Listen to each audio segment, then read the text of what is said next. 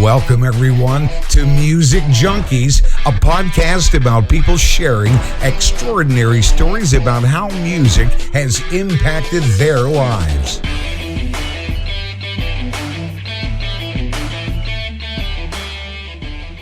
Let's do it. Welcome, everyone, to Music Junkies. I'm your host, and our guest today is an artist from Connecticut, which I love, from the bars to clubs to theaters to major music festivals.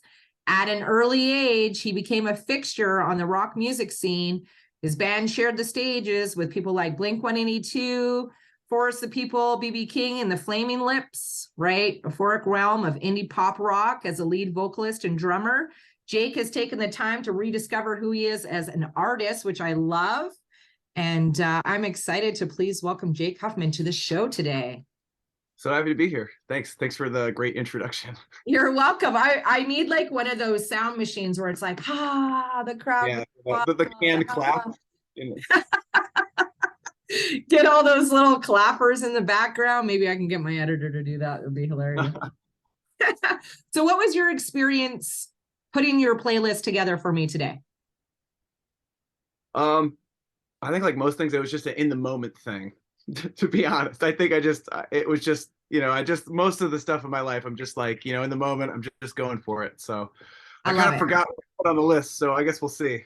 We'll see, right? I love that. And I love that it's in the moment, because I feel like the people that take so long to put their playlist together, it's like music is so part of your life that you're just going down too many rabbit holes. And you're like, oh, do I want to talk about this? Because one song could lead to this.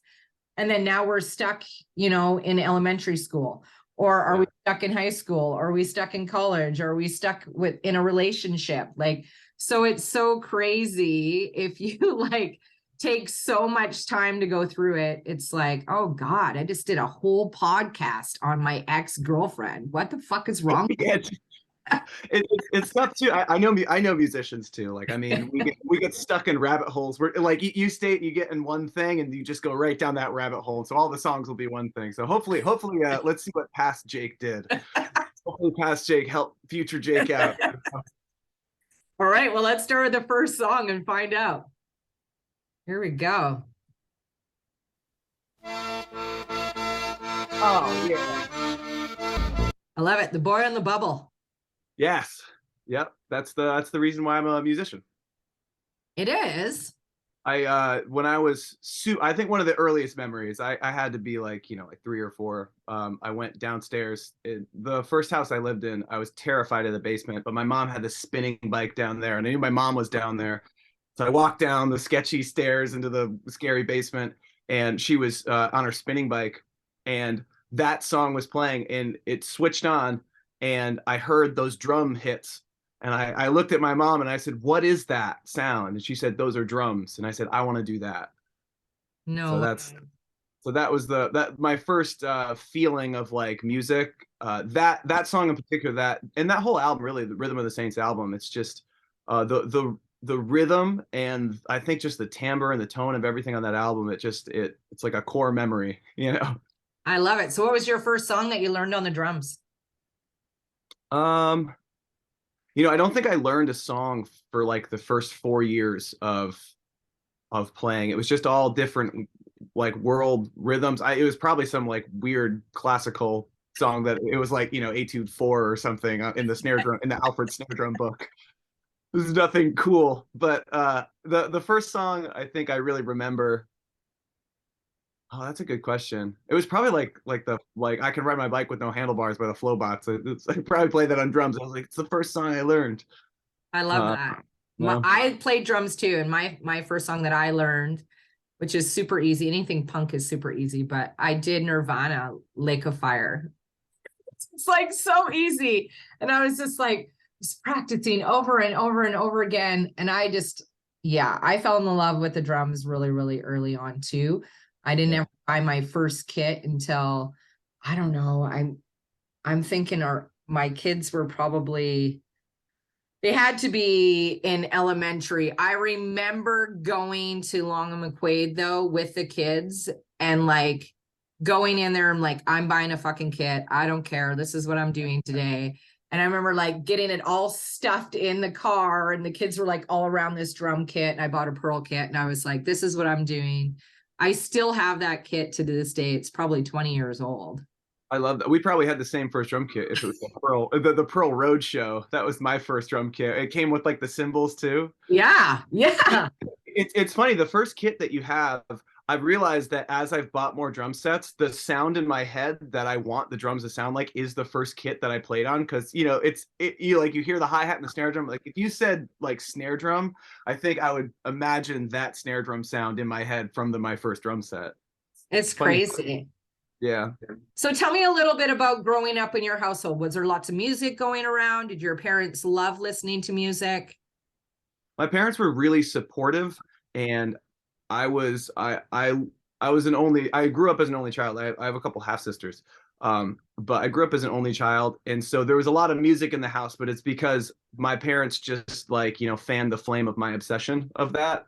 They were just totally into me playing the drums. I picked it up really quickly, and so they really just every room was just I had so many drums, and I just I kept getting all these different teachers and stuff. It was the only thing I did. I think I played drums and I played tennis and golf. That's about it, So Tennis it was and really golf and loud. drums. I'd play like steel drum. I'd get all the crazy drums, be like all over the world type of drums. So there's a lot of music in the house because of me. I love that. I love that. Did your parents play any musical instruments at all, or just yourself? My mom played the trombone in high school. Oh. She's really proud of that. That's the musical talent of my family. Yeah. What were you like growing up in high school? What was I like? Yeah. I was it's funny. In high school, I went to a performing arts high school. So I went half day to my academic school, and then I went half day to the art school. So the art school, I felt like I could just really just be myself. Yeah. It was just a bunch of stoners, playing jazz. I smoked a lot of weed, played a lot of music. The first band I was in, we started when I was 14. Wow. And we were playing, bars and clubs all throughout New England. So my high school experience was a little strange because by the end of it, I was just gigging, and we were playing festivals, and so I got kind of pulled away from the typical high school experience.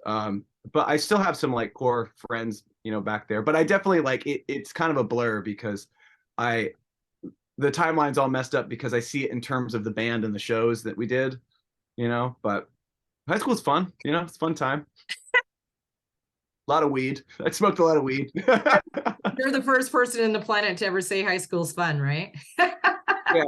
Yeah. I was super high. I mean, I think everything's really fun when you're super high. So it was probably, I don't really know how it was. It's probably really good. I love it. All right, next song.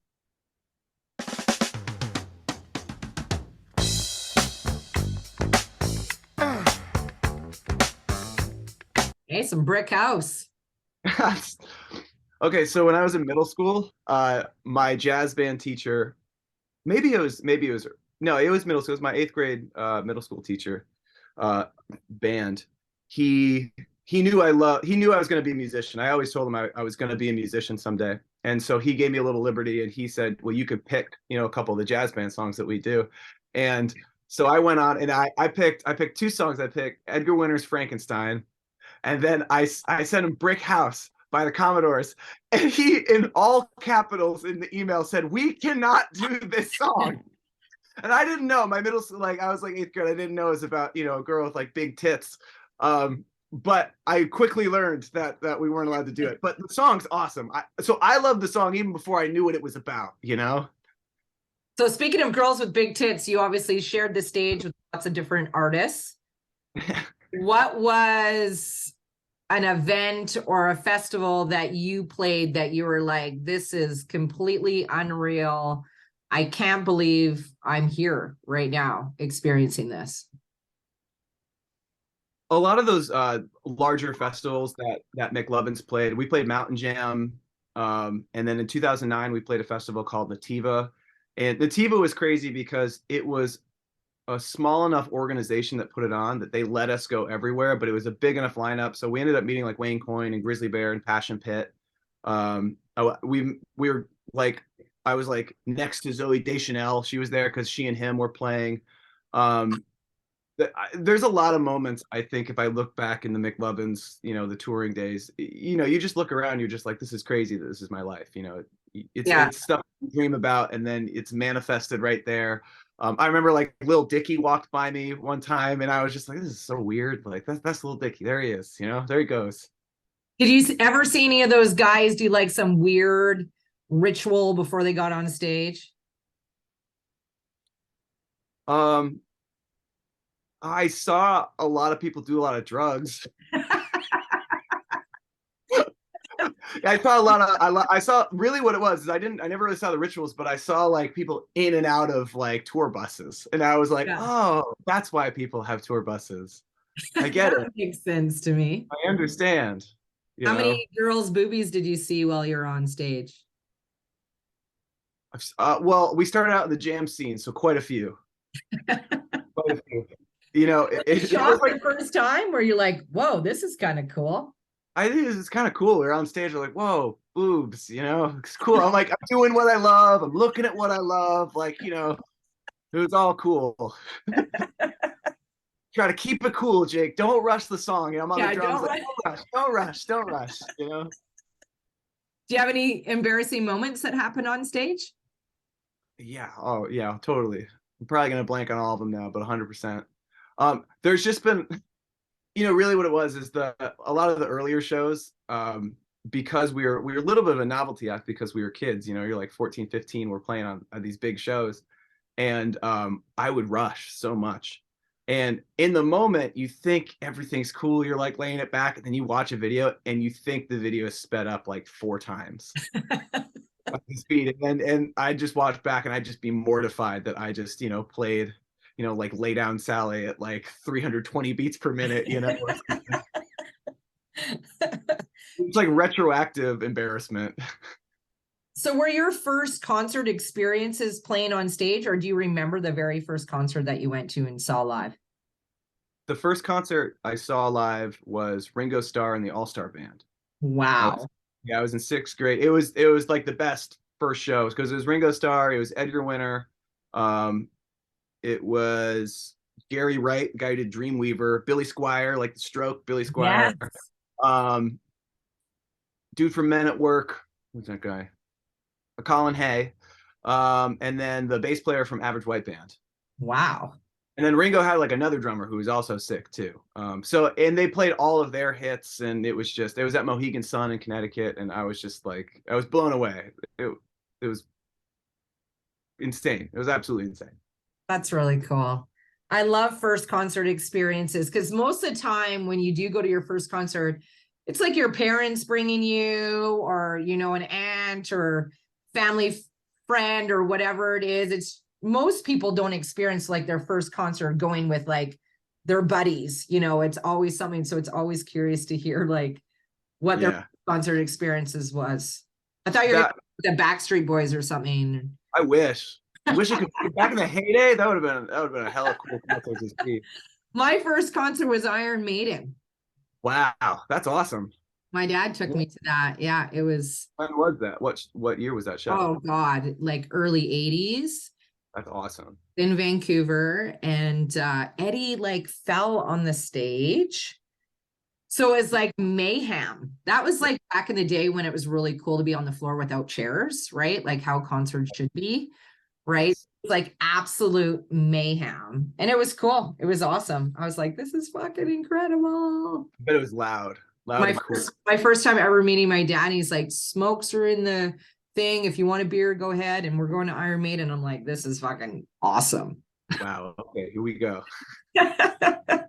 All right, another good tune. I love your playlist. It's awesome.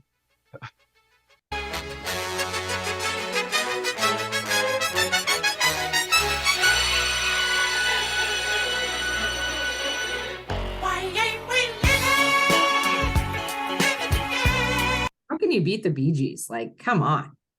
Especially that song, that intro. I thought it was gonna be like a 3-6 Mafia tune, you know, like it was going to like 3-6 Mafia Academy Award winner, and then they're like, why ain't we living?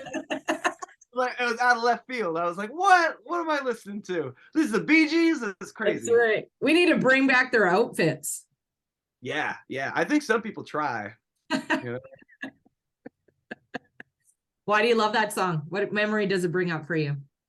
That's a recent find for me. So the story behind this song is my new band that I play with for my solo project. We did this thing. It started out as a joke, but where we were driving to, I think we were driving to Burlington, and that's like a 4-hour drive. And we played one song the whole way, and the one song we could listen to was "Living Together" by the Bee Gees. So, and then we just been picking one song. So all these long trips that we go on, we have one song that we're allowed to listen to, and that's what we listen to. It's really crazy. Yeah, we play 20 questions, and then when we're tired of that, we listen to the one song we're allowed to listen to, and then we go back to 20 questions, and those trips fly by. That's a great way to get to know the band and stuff, like each other. You know what I mean? Yeah. In that relationship yeah. with each other, and yeah.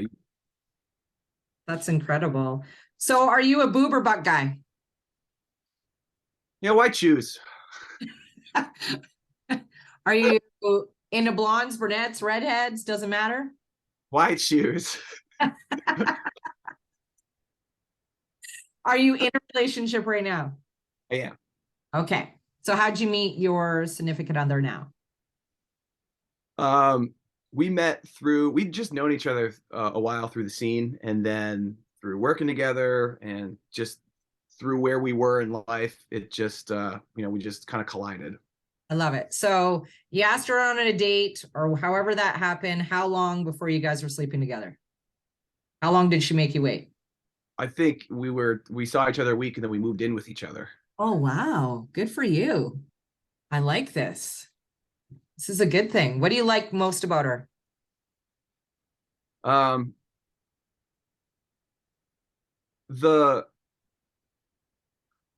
so tough. That's so tough to pinpoint one thing. The connection is just when you know, it's just when you're with your person, they just kind of mesh with you. It's like Velcro. Yeah.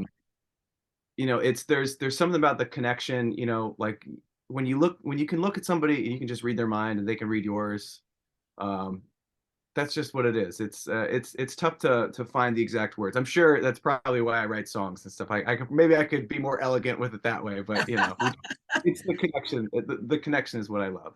No, I absolutely 100% agree with you. And I know what you're talking about. Me and my husband just celebrated our 23rd anniversary on St. Patrick's Day. And it's crazy. It was like 3 dates in. It was funny. We worked together. I was a bartender. He was a chef. I made some crazy comment that just so random.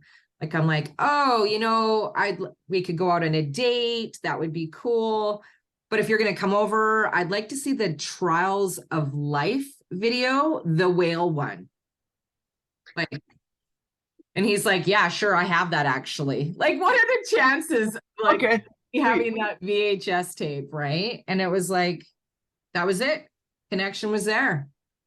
That's right? awesome. So crazy. So I love that you said that. It doesn't always have to be a pinpoint thing, or, they make me laugh. All of those things are great, but that connection word is so powerful. Like when you connect with somebody. You get the purpose feeling, that's I love it. And I'm glad that you shared. Most artists are like, oh no, it's complicated, or I don't want my fans to know that I'm in a relationship. It's like, dude, it's good. Yeah. Okay. We appreciate that. All right. Here's something by you. I love it.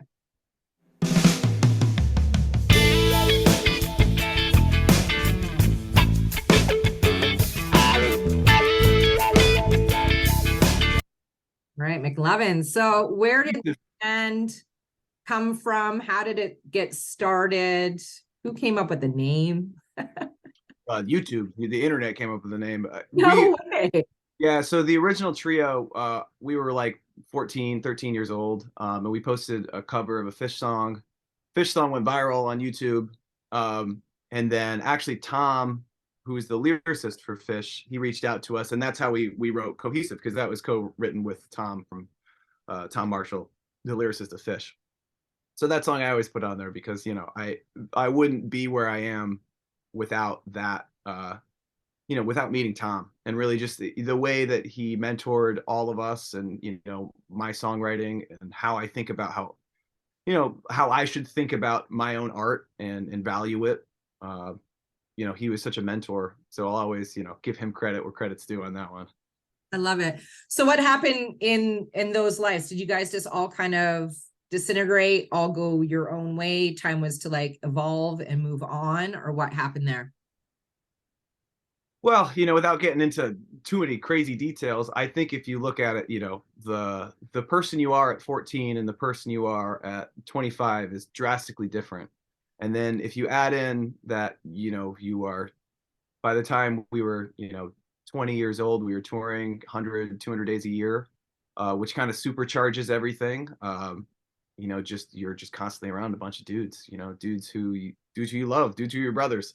Yeah. And then you're running a business as well. And when times get tough, times are really tough. When, you know, so it's a typical band story. I feel like a lot of everybody I've ever talked to who is in long-term bands, it's similar stories. And so it was just, it ended, and I think it was an amazing 10 plus years of doing it, you know.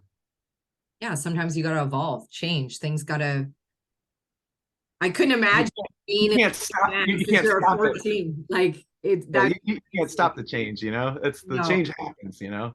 that's right. So of all of, you know, everybody that you've kind of met throughout your life, who has been somebody that you were just like excited to meet, grateful that you met and built a connection with?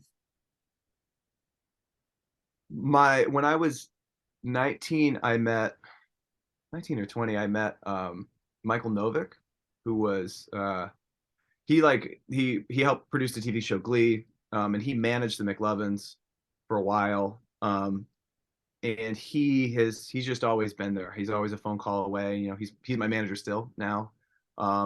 Meeting him has been, you know, it's really amazing to have someone who's just always there. You know, I've always, like, my entire journey, I've had him. I've never been alone through this whole process, you know, up when it really first started getting crazy.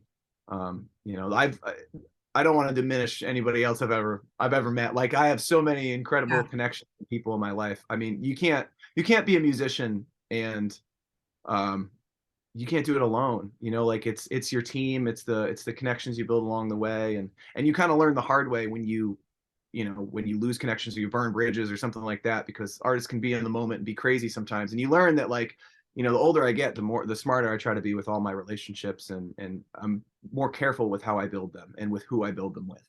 Yeah, I think that's key that you said that, because you could take actors, musicians, whatever it is, and it's their center of influence that is creating who they are. Yeah. So if you have a good center of influence and you trust those people, I think that you're going to be able to, you know, excel. You have a poor center of influence, well, you know, going off the rails. Yeah, literally. I'm reading NWA Straight Outta Compton right now. And it's interesting just to kind of read the play-by-play. Like, it's honestly, I like the book. I don't know if you're a big reader, but I'm a huge reader. And this is like, we went to the store, then we did this type of read. So it's like, you sometimes get a little bit of a headache because you're like, what's happening? But that's how he kind of wrote the book. So he skips a lot of things, but you get the gist of what's kind of going on in the book. And it's really interesting just to hear the involvement and, you know, how many times he's been burned and how, you know, like crazy shit that obviously goes on in that whole industry that makes that you would think a lot of artists would be very nervous taking on new managers, new PR people, new record labels, like, do you ever feel that way when somebody kind of presents themselves to you and, hey, I'm going to take you from here to here? Does that ever make you worried? Do you ever feel like, I don't know, man? Usually if people are guaranteeing you things, they're full of bullshit. Because, I mean, I mean, in every artist, if any artist is listening and someone's telling you that they're going to do this thing for you, you should be careful, because this industry how most people make money in this industry is off the backs of people who, you know, probably deserve more, but they're just getting stolen from. I mean, in a way, like you're always kind of paying for things and you're always paying it forward for the hope that someday it's going to come back to you. You know, that's why when artists are huge and they make a buttload of money, like it's well deserved because, you know, so much of their career up to that point, they've just been either, you know, investing in themselves either with time or monetarily. Like it's really tough. And right now it's even tougher for artists because there's too many of them out there. Yeah. And now this lovely thing called Zoom and social media where anybody can just go on there and randomly play a guitar or whatever they want to go and do and call themselves a band. Yeah. You're seeing millions. It's like, Yeah, it's wild too because they are technically a band. You know, like it's like, yeah, I guess you're right. You are. I do think that the social media is amazing because of that. You know, like you can really get to a lot of people, but it's detrimental because as humans, like we weren't evolved to deal with this. yeah, You know, and so what we constantly do is you open up your phone and you're comparing yourself, and that comparison gets into your creativity and that gets into your art. And what you have to try to do is understand that the best art is going to be the most honest art. So the more you can take yourself away from that mirror and the more you can just kind of put out just what you feel, usually it's being simpler. Usually you can, you know, I feel like a lot of artists who can find their sound, that's what they do. It's they stop comparing themselves and they just start being themselves. that is like incredible words of wisdom, right? Because I think so many people want to be artists. They do. So they Yeah. use this platform to go and do that. And then I can see how they could spiral for sure. Or maybe they're changing their sound because they like this sound and like Yeah. you spend 5 minutes on TikTok and you don't even know who the fuck you are anymore. You're like, I don't know. I think I'm Oh, I don't even know who I am anymore. Right. So that's such a great way to describe it. Listen up, listen up. yeah. It's just dropping nuggets. I Taking love notes, Do taking notes, used everyone. to take a long time to get ready, 'cause you used to make too much out of that kind of stuff. the dress. Yeah, Dijon, one of the best live concerts I've seen in the last 5 years.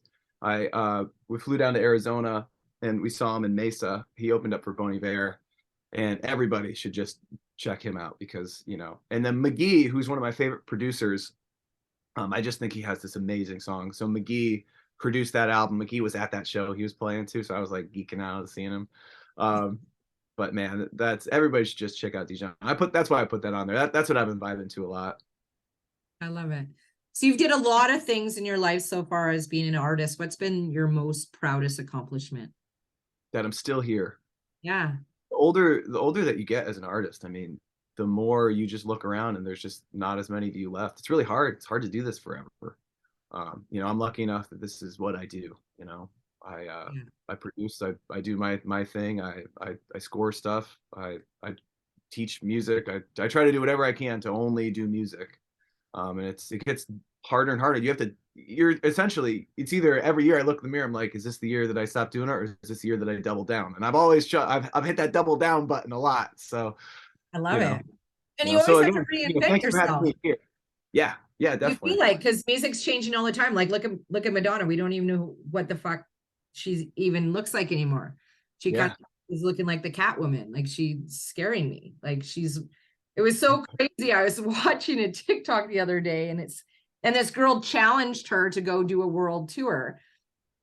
And I was like, oh, that's kind of interesting. And then like 3 weeks later, my girlfriend texts me. She's like, we've known each other for like 37 years. And she's like, hey, Madonna's coming. We need to go to the concert together. I'm like, oh, that's really bizarre. That like, obviously it just kind of, you know, this the way it happened was so strange. And then I just kind of started watching some of her stuff. And I was like, I don't even know who that person is anymore. Like, is she 18? Is she 70? What's happening? Like, Who are you? What are you? What is this? I'm all for, hey, looking good at every age, but you got to still look the same, like somewhat. Yeah, you know. But did an incredible job of evolving and continuing to change with the industry, which I think a lot of artists really, hey, I'm just metal. That's what I'm going to do. I'm going to just blow this out for 30 years. Hopefully everybody still likes it. It's interesting when you fall in love with a band and they evolve and you really haven't evolved yet. And you always just want to keep on listening to Master of Puppets instead of Enter Sandman. You know what I mean? Yeah. It's so true. Yeah. It's going to be interesting to be a top 40 artist and try to come back every time. That seems so stressful.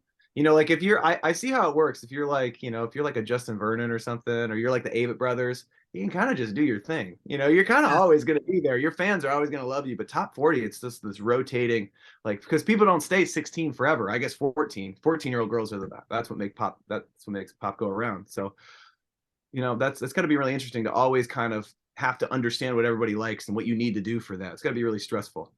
It does. What is one thing that you wish the music industry would change out there? I wish that the music industry and people would value music more, because we're kind of in this we're in this age of the devaluation of music, and it's just this strange world of people just need it and they always have it, and as artists we're just giving it away. You know, like we're all kind of part of the problem here, but if you look at who benefits from this, it's not artists. You know, like the way the landscape is, it's not for us. It's not, to be honest, it's not really for most listeners, because if you think about it, you know, the way that people listen on Spotify and with streaming services, people listen to more music nowadays, but people don't know who they're listening to, and they don't know why they're listening. So you have all these passive listeners. You don't have active listeners. You don't have people really buying an album, listening to a band and locking into it. It's almost like TikTok. They're being inundated with so much. Like, how could they possibly process all of that? How do they really know what they like? You know, it's tough. True.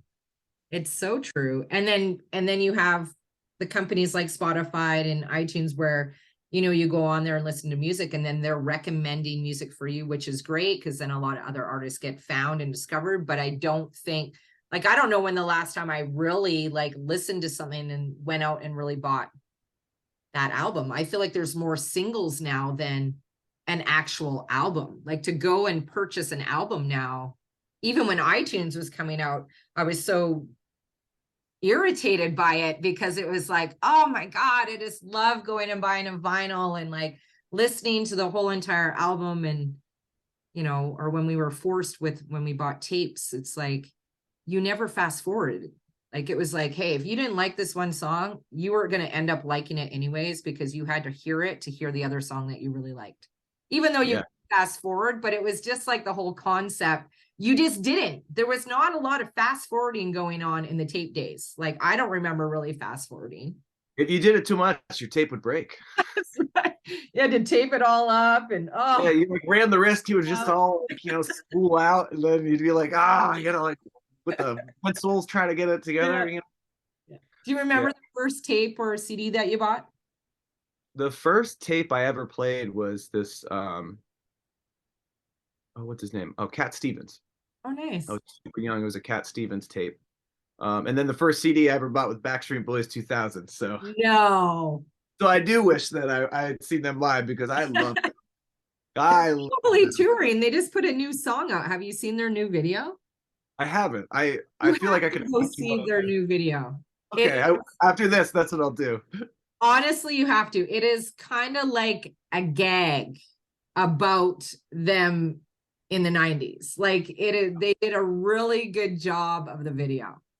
That's awesome. That's pretty cool. Yeah, you'll have to check it out. Good for them. Good for them, you know? All right, next song's by you. I love it.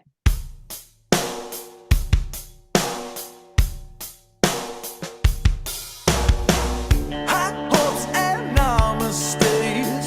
Tips from technology is. I love it.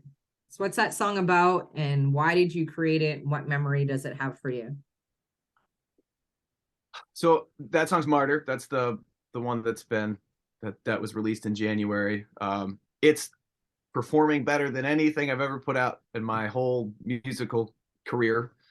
So it's the one I'm most proud about. Musically, I guess lyrically, it's about the world of opinions and Instagram comments and, you know, just people getting arguments.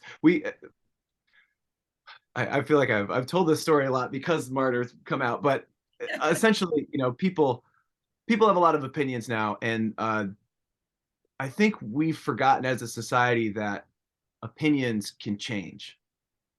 And sometimes, you know, opinions change by like, you know, usually a dialogue. And we're like, you know, we're in this weird place where you're not really supposed to have a dialogue. You're just supposed to like have your flag and plant your flag down. And this is who I am now, you know, like, and these are my people. This is our flag, you know, but it's just, you know, people are more complicated. So I just wanted to, you know, I just wrote a tongue-in-cheek song about how I personally think people are more complicated, but I just tried to like put on a bunch of hats of, you know, of curmudgeons who just want to, you know, believe one thing and argue. Because I'm very blunt and real and raw, and I struggle with that too. I personally would never, it wouldn't even come to my mind that I would go make a comment on something, like comment negative on something. I just don't have the energy for that. I just would never do that. It's just not the type of person that I am. And if I've ever kind of read a thread of comments, it actually makes me nauseous. And I just think they're all fucking cowards. Like, I'm like, I would love for you to come and fucking say that to my face. Like that, like, face to my face. And then honestly, if they said it to my face, we probably had a pretty good conversation because, yeah, you know, exactly. I like talking to people, you know? Yeah. Like, and I'm the worst speller in the planet. Like, I have the worst grammar in the planet. So if I always laugh because somebody's like, oh, it's 2. And I'm like, holy fuck, thanks for taking time out of your day to add a fucking O. Like, how do you feel? Like, do you feel great? And see, I don't even address it. It's just like, you know what? It sounds so bad, but I just fucking block you. Like, I don't want you in I don't want you in my influence. I don't want you to see my shit. If that's what you're saying, like, why do I want you to be any part of my life? That's the part I don't understand. It's like, you don't have to listen to this artist. You don't have to listen to the podcast. You don't have to listen to anything. So why make a comment? Just don't listen to it. Like, if you don't like it, don't listen to it. Why do we care what you have to say? It's weird. It's like, I mean, I guess it's like, it's a little virtue signaling. It's like people trying to find purpose. Like what I see, usually when I see that, I'm just looking at these people and I'm thinking like, I feel bad a little bit because I know that you haven't found your thing that you love to do. Because if you have something that you love to do and you're passionate about, that's all you're thinking about all day. Like these little comments and stuff like that, I'm like, I don't care. I don't care like what this is. You know, like, that's cool. I saw this. I scroll by it. I liked it. Whatever. I didn't like it. I don't look at it. But like my mind, the amount of things I'm thinking about that are not this is clearly more than you know? So I think people just need a little bit more outside of the box, you know? I agree. And it's scary to think that comments like that can really derail people, like really scary. People should get a mountain bike. yeah. Every time I read that, I'm like, man, this guy clearly has not almost died on their mountain bike today. This guy does. He'd be too tired to even type that. He'd be exhausted. He'd be like putting ice on his shins. Like, what's wrong with this guy? Yeah, everybody should just get a mountain bike. That's what we should do. Joe Biden, Mr. Biden, get everybody a mountain bike. All your problems will be solved. I'm not quite sure if you can even say mountain bike, but hopefully. I guess we'll find out. All right, next song.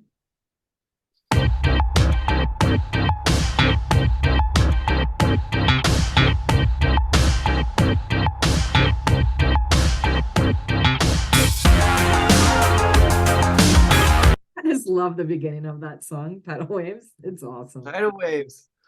So that's my boy Blake. He's a guitar player in my band, and you know he's his own incredible musician. I'm drummer in his band. So I produced that song for him. He's one of my favorite people to write music with. I put that on there because I got to shout out the homies. Got to give it to the homies. And also, you know, kind of going back to the whole band thing. So what we do now is, instead of having a band, we have more of a musical ecosystem. So we have this group of musicians that we always work with, and we are in everybody's band, but everybody's band is them. Like when we're with Blake, it's Blake Hatch, and Blake Hatch has the reins and he can tell everybody what to do. And then when it's Jake Huffman, it's me, and I'm telling everybody what to do, and I have the reins. And then if it's Jeremy or Brother Beauty or the other bands that we play for, what we've done is we've allowed ourselves to be super tight as a band because we play with each other all the time, but we've drawn the lines in the sand, and kind of in a way set boundaries that don't always get set with bands. And it's a very healthy, amazingly positive and beautiful little ecosystem that we've created. No, I think that's great. And I think back in the day, a lot of bands did that.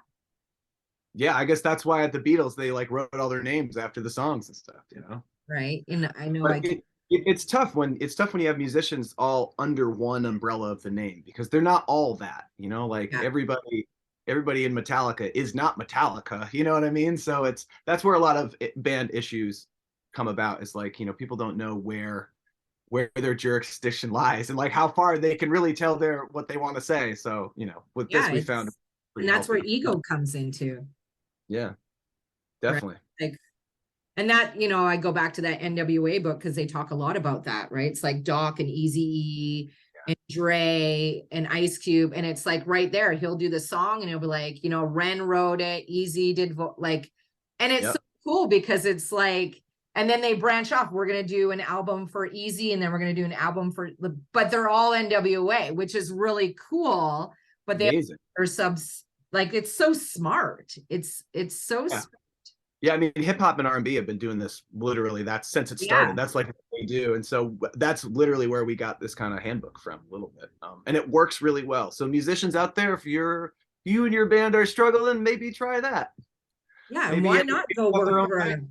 Yeah, support. Why not go have a whole bunch of different artists together working towards the same goal? It's a lot easier to do with a bunch of people than it is by yourself. And you get a bunch more gigs, and your band gets way tighter. Yeah. Do you have any pet peeves, things that drive you absolutely crazy? So many. Yeah, totally. Of course. Just give me two. Oh, pet peeve. I hate when people say that they hate things musically. Like when people say like, I don't like this, that's bad. And I'm just like, you don't get art, do you? Like I was like, it's just not for you. All right, you don't like it, but do you like it now? Do you like it later? I don't know. My biggest pet peeve, like especially when I'm teaching kids, is when they tell me that they think something is bad or whatever, and then I have to just go into like, I'm just like, you don't need to say that. This isn't the point of this medium, you know, like it's all sound. Like it's all opinions and humans and where we are in the time and stuff. So that's my biggest pet peeve is using the word is really strong opinions in art. I just think it's not necessarily what should be happening. Yeah, because we change and evolve. So you might not love whatever you see or hear, but in 5 years you might. Yeah, and also that like a lot of recorded music, that's a stamp of this one moment in time.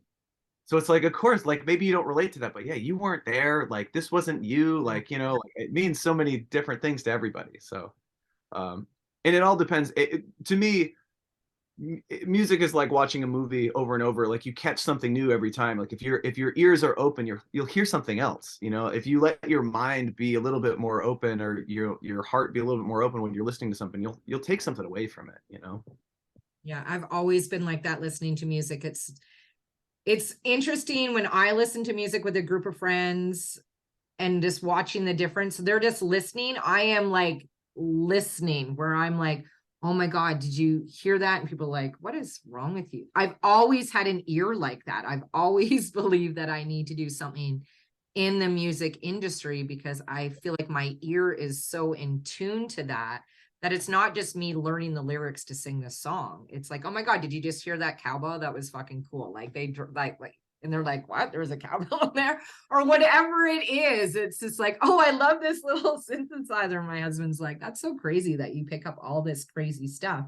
And then vocabulary of a million different artists. I love that. I could never just like pop or punk, or it just is not my style. And I think you're doing yourself a disservice just by liking one type of music. Yes, you definitely are, you know, because there's so much out there, you know. It's like watching only one channel on the television, you know. I know. People don't have channels anymore, but you know. Hopefully it's not news. Get away from that. It's crazy. Yeah, seriously. So do you have any really awesome karaoke songs that you love to sing? Yes, Tom. My karaoke song is American Girl by Tom Petty. Nice. That's a great song. I can slay the bar with that song. Yeah. Yeah. I love it. I love it. How would your friends describe you, Jake? Oh, they would probably describe me as my real friends. They would probably describe me in one phrase and would do anything for me. They would probably say that because That's a it's good true. characteristic. I love that. That's something to be proud of. You gotta when you have the family and especially like, I mean, I've been through so much with so many different people that now the people that I have in my circle, like that's my circle, and you got to take care of the family. We have this we say this to each other, but we say, like, if one of us eats, we all eat, and that's how we kind of live our lives in my world. Yeah, I love that. Before I play your last song, I want you just to kind of go over a little bit about, your new song that's out, where we can stalk you and hunt you down and find you. If you have any projects coming up, please share them. We want to know. We want to know everything, Jake. Give us it all. Okay, I'll give you the overview. So this Friday, on the 24th, I have a new single, Babe, coming out. It's part of Martyr and Babe are part of a larger EP coming out on May 19th called Younger. Right now, I mean, you can listen to my music wherever people stream music: Spotify, Apple Music, Tidal, Amazon, Pandora. And the music is also being spun. We've been doing a top 40 radio campaign. So at a bunch of different stations across a bunch of top 40 stations across the United States, you could probably hear Martyr spinning, and the Babe campaign will start pretty soon. Martyr's actually charting at 36 on the top 40 charts right now. That's awesome. As an independent artist, I'm very proud of that. Yeah, you should be.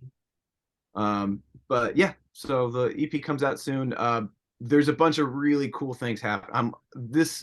These next few weeks are insane for me. My schedule's pretty nuts. I'm working on a bunch of stuff. I'm always working on a bunch of things, but I'm working on some really incredible stuff. So if you want to follow me on Instagram or something, your friend Jake, I'll be posting about it. But really cool things happening here. I love it. That's awesome to hear. All right, we're on your last song. Are you ready? Let's do it. Let's do it.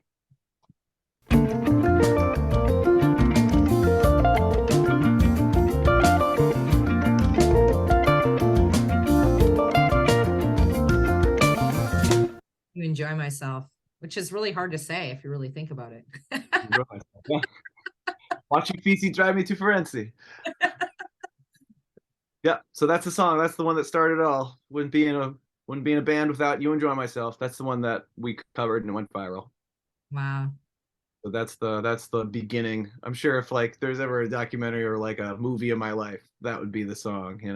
That's the first one. So do you remember like just kind of putting, like, what did you guys just put it out for fun, or? Yeah, we put it out just for our family and friends to see. And what we didn't realize was that Fish was on hiatus and they just had announced their reunion. And it happened. It was just, the stars collided a little bit. And I woke up and the video was viral. And back then, like, viral on YouTube, I mean, like, I woke up and there was 10,000 views and there was like, 2,000 comments. And back then, 10,000 views, which doesn't seem like a lot now, 10,000 organic views back then. I mean, we were gigging for the rest of the year. So I think the video has like 500,000 views now still, but that one viral moment just like sent us into it sent us into the jam scene. And then that kind of, we got a little taste of success, and we got an understanding that it's possible to be a musician, be successful. And so we always started chasing that. So you woke up in the morning and was there like 15 messages on the answer machine? You need to call me. We want to get you guys in the club, or? It was emails, but we probably woke up to like 300 emails. No way. Yeah, and it was all like, we want you to play here. Like, and the first gig we took was for the fan art. There used to be this venue called Revolution Hall in Troy, New York, and it's an amazing venue. And we took our first gig there. It was for the fan art opening. I think we played with this band. I want to say Strange Brew. I'm probably gonna get that wrong.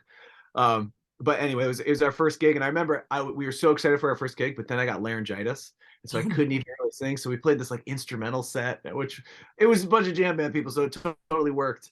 But then yeah, then every weekend we were playing around Connecticut or New England, and then eventually later on in life when the lineup changed, we started touring down south and toured across America. That's pretty cool. Who was the most excited? Like who phoned who in the morning? Well, it was all happening on my phone, so I called Jason and Jeff, and I was just like, guys, like, look what's happening. And then we all just were like, for the next couple weeks, we were just all always on the phone talking to each other, like, did you see this comment? Like, yeah, look at that comment. Like, oh, there's a forum talking about us. Like, yeah, look at this forum. That's cool. That's the exciting part that I think every musician wants to feel, like in that moment. It's like hearing your song on the radio for the first time, right? Most people, you feel seen and heard. You feel appreciated. It's nice. Yeah, it is nice. Well, thank you so much for joining us today on Music Junkies. But before I let you go, I'd love for you to leave us with some words of wisdom, even though you've been dropping bombs this whole time. I'm dropping bombs. The wise bomb once said. That's right. Words of wisdom. Just be honest. I think people should be more okay with being themselves. Put down the phone. Don't worry about what other people think. Just, kind of be you. We live in this kind of world where if you look at your phone for too long, you think the world is one way, but if you step outside and you walk in the woods or something, you realize that, nothing's really touching you the way that they're telling you it's supposed to be. So, if you just take a step back and breathe and just be in your own world and like just go outside and look around and see what's really wrong in your world. I think that's good advice to live by a little bit. I agree. I was just actually talking about that today. My husband said, I think we need a spiritual boost. And I said, yeah. So what do you think we need to do? And he said, we need to get on the water, because I love being on our boat and I love being on our water, and it's fucking snow here in Calgary. So it just absolutely drives me crazy. We can't get on the water. Yeah. So like this time of year is where like that low vibration is because what I want to go and do, I can't go and do. But yeah. I have no problems whatsoever when I'm sitting on my boat and I'm on the lake. Like none. I don't even want to look at my phone. I don't want to answer my phone. I don't want to, like, this is where I want to be. I don't even have to fucking dip a toe in the lake. As long as you're just gonna be there. Oh yeah. And then as we do that, we should go for a hike, because that gives me the exact same experience. So I love that you said get out to the woods, because I'm such to the woods. Or just somewhere small, Love it. Well, thank you again so much for joining us on the show. I hope you had a good time. Please. Yeah, thank you so much for having me, Annette. You are so welcome. Like, subscribe, follow. I will give you Jake's address. You can go and knock on his door, whatever you need to do to go hunt him down. He loves that. He loves his fans. Love that. Come mountain biking with me. That's right. Come mountain biking with him. That's awesome.